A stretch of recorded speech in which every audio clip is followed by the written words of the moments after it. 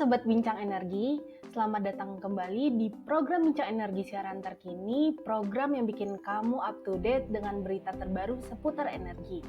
Saya Alia bersama rekan saya Salsa yang akan membawakan berita menarik dan aktual dalam episode kali ini. Benar sekali Sobat Ben. Pada Best kali ini, kami akan membawakan berita energi dan lingkungan yang tentunya lagi hangat. Salah satu berita yang lagi hangat adalah kebijakan yang baru diluncurkan pemerintah Indonesia terkait relaksasi TKDN untuk proyek PLTS. Kira-kira tujuan kebijakan ini apa ya Sobat Ben? Selain kebijakan baru, ada juga nih yang baru di Provinsi Jawa Timur, tepatnya di Banyuwangi. Sobat Ben pasti penasaran kan? Yuk langsung aja kita simak berita pertama kali ini. Berita pertama kali ini, pemerintah Indonesia baru saja meluncurkan kebijakan relaksasi tingkat komponen dalam negeri untuk proyek pembangkit listrik tenaga surya yang harus beroperasi paling lambat 30 Juni 2026. Peraturan ini yang tercantum dalam Peraturan Menteri ESDM Nomor 11 Tahun 2024 bertujuan mempercepat pengembangan energi terbarukan di Indonesia. Menurut Direktur Jenderal Energi Baru Terbarukan dan Konservasi Energi, Enia Listiani Dewi, relaksasi ini diberikan setelah evaluasi terhadap produsen modul surya lokal.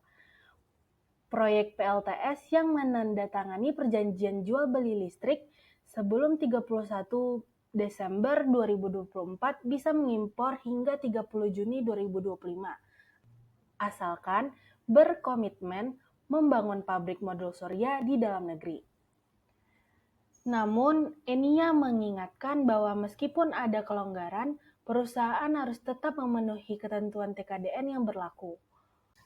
Pelanggaran komitmen investasi akan dikenakan sanksi administratif, termasuk pencatuman dalam daftar hitam.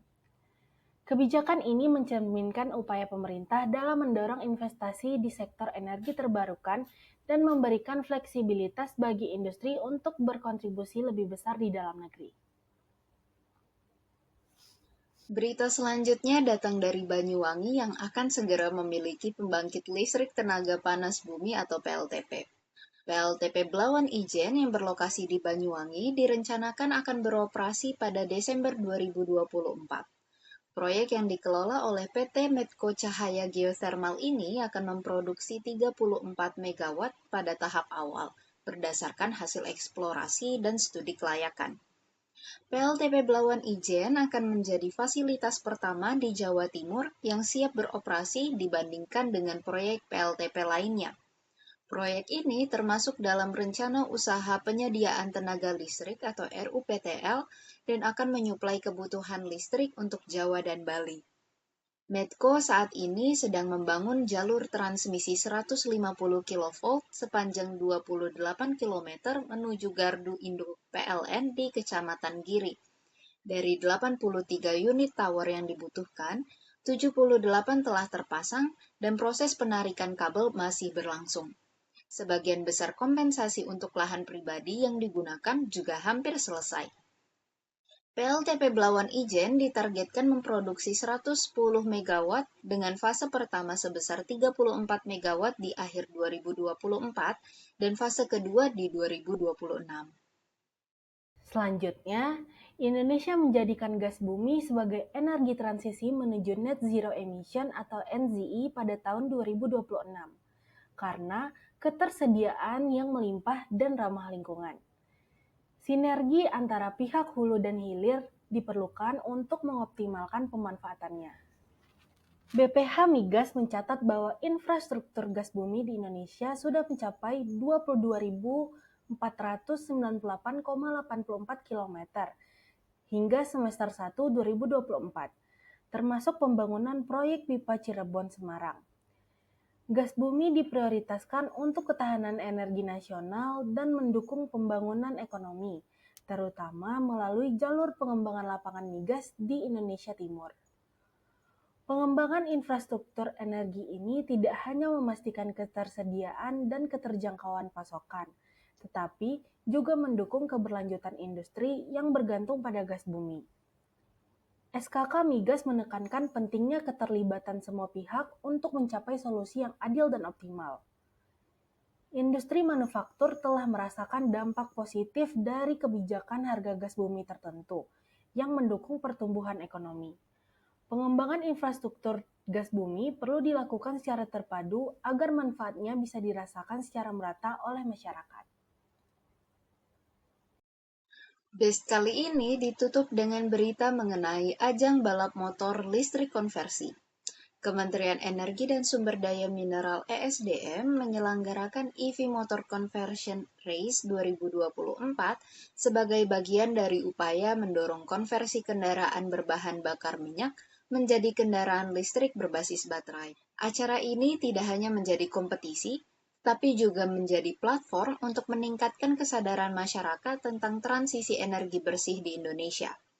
Menteri ESDM periode sebelumnya, Arifin Tasrif, dalam sambutan virtualnya menekankan pentingnya program konversi sepeda motor BBM ke listrik. Salah satu langkah konkret yang dilakukan adalah meningkatkan insentif konversi menjadi 10 juta rupiah dan memberikan dukungan melalui program CSR sehingga biaya konversi bisa digratiskan bagi masyarakat. Direktur Jenderal EBTKE, Enia Listiani Dewi, juga menggarisbawahi pentingnya sektor transportasi dalam penurunan emisi dengan konversi kendaraan sebagai langkah strategis. Ia juga menyoroti peran generasi muda dalam mendukung program ini melalui kerjasama dengan Sekolah Menengah Kejuruan atau SMK untuk meningkatkan keterampilan di bidang konversi kendaraan. EV Motor Conversion Race 2024 akan berlangsung di sirkuit Sentul Karting, Bogor pada 22 September dan 13 Oktober 2024 dengan dukungan penuh dari Kementerian ESDM dan Kementerian Perhubungan. Acara ini bertujuan untuk menumbuhkan minat masyarakat terhadap sepeda motor listrik di Indonesia, sekaligus membuka peluang besar bagi generasi muda dalam industri otomotif yang sedang berkembang. Iya, Sobat Ben, nggak kerasa ya sudah berakhir segmen BES ke-79 hari ini. Gimana nih menurut Sobat Ben? Semoga bisa menambah wawasan terkini untuk Sobat Ben semua ya. Bener banget, Alia. Nah, untuk itu, terus update pengetahuan kamu tentang energi dan lingkungan dengan terus mengikuti berbagai program Bincang Energi lainnya yang bisa kamu akses melalui website bincangenergi.id, akun Instagram dan TikTok kami di @bincangenergi, serta channel YouTube kami Bincang Energi. Jangan lupa follow, like, dan share, serta nyalakan notifikasinya ya, supaya tiap informasi nggak ada yang kamu lewati. Anak pintar dan pemberani minum air di gelas bersih. Sekian berita dari kami kali ini. Salam hangat dan terima kasih. Sampai jumpa di BES selanjutnya ya Sobat Ben. Salam energi berkelanjutan.